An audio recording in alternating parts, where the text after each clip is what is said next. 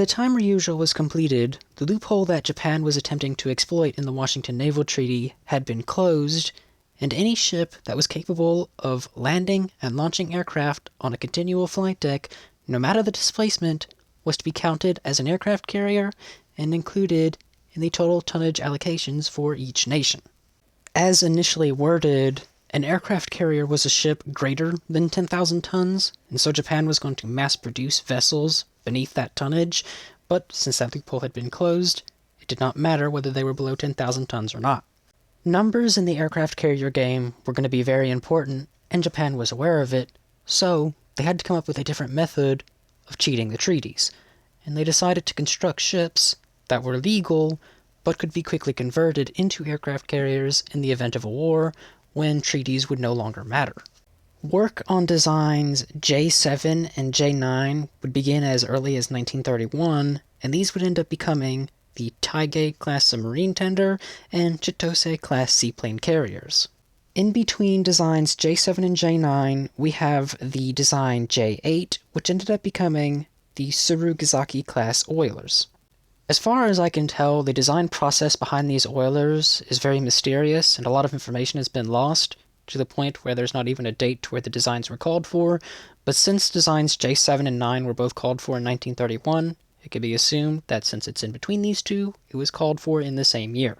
The Tsurugasaki was laid down on the 3rd of December, 1934, launched on the 1st of June, 1935, and the design went through alterations following the Fourth Fleet incident, so the ship was not completed until the 15th of January, 1939.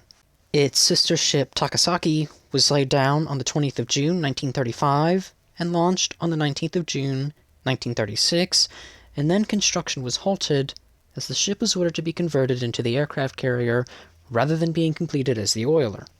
Now, the conversion process for this type of warship was designed to be as simple and rapid as possible, as the idea behind it was to ensure that Japan could have a large number of aircraft carriers in a relatively short amount of time, so they didn't have to build ships from scratch. Conversions on their own can also take a lengthy amount of time if preparations for the conversion was not done in the initial construction of the ship, and this meant that a lot of prefabrication had to be completed and an aircraft carrier design plan had to be ready. Following the disaster that Ryujo became thanks to the addition of a second hangar, the new ships would be designed with the intention of having one hangar capable of housing upwards of 30 aircraft, and since 5 of these ships began construction in the mid-1930s, having a large amount of these vessels would make up for the numbers in having less hangars. It's also worth mentioning that 2 conversion vessels carried more aircraft than the one Ryujo. Now, as designed, the Japanese were going for diesel engines to make up the propulsion system, giving the ships a top speed of roughly 28 knots. However, upon trying diesel engines aboard Taige, the engines that were designed to produce upwards of 32,000 to 36,000 base horsepower only ended up producing about 18,000 base horsepower, and the engines themselves were extraordinarily unreliable and broke down quite often. Taige would have its diesels removed and trusty old steam turbines installed, and every other conversion aircraft carrier plan would have steam turbines. While undergoing trials in November of 1938, Tsurugasaki managed to reach a top speed of 29 knots, though upon conversion, they would only be capable of about 28 as aircraft carriers. The superstructure for these ships was also designed to be quickly converted into the ship's hangar and flight deck supports. The Japanese would only have to add the rear of the hangar, slightly extend the front of it, and slap the flight deck on top. They also had to redirect the funnel uptakes, so the funnel would stick out the starboard side of the ship, rather than going out the top as initially designed, so there was an unobstructed flight deck. As for the ship's bridge and navigation equipment, it was always intended that this would remain underneath the flight deck. There would be no island added to these designs, and so the bridge was actually placed in the location it was expected to be when the flight deck was installed on top of it.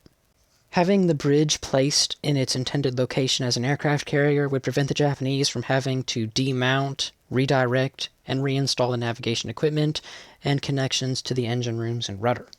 As for the ship's defensive qualities, in the criteria of armor, they didn't have any, which was standard for light aircraft carriers. The ship solely relied on 4 coaxial 12.7cm Type 89 anti-aircraft guns, along with 4 coaxial 25mm Type 96 anti-aircraft guns. The ships would also rely on their complement of aircraft to keep themselves protected, and though they were designed to carry upwards of 30 planes, they usually averaged anywhere from 15 to 20. With the orders having been given for Takasaki to be converted into an aircraft carrier rather than being completed as an oiler, it was commissioned on the 27th of December, 1940. The ship would emerge from Yokosuka as the newly renamed Zuihō. As for Tsurugasaki, after being commissioned in 1939, the ship would be used primarily for training purposes. On the 15th of November 1940, orders officially came through for the ship to be converted into an aircraft carrier at the Yokosuka yard as soon as the dry dock was available, which at the time, Zuihō was nearing completion in the dock. By the 1st of January 1941, Zuihō was out of the dock, and Tsurugasaki was moved into it, and it began its conversion. On the 20th of November 1941, the conversion was completed, and Tsurugasaki emerged from Yokosuka as the newly renamed Shoho. Zuihō and Shoho ended up being the first of Japan's conversion aircraft carriers to enter service, and Shoho ended up being the first Japanese aircraft carrier sunk. The idea behind these ships was rather intelligent, however the implementation was less so, as the Japanese really needed a large number of these ships to be completed in a quick amount of time in order for their numbers to make any impact. But since the Japanese only had 2 of them ready at the start of the war, and the others would not be ready until 1942 and 43, the whole project was effectively redundant and useless.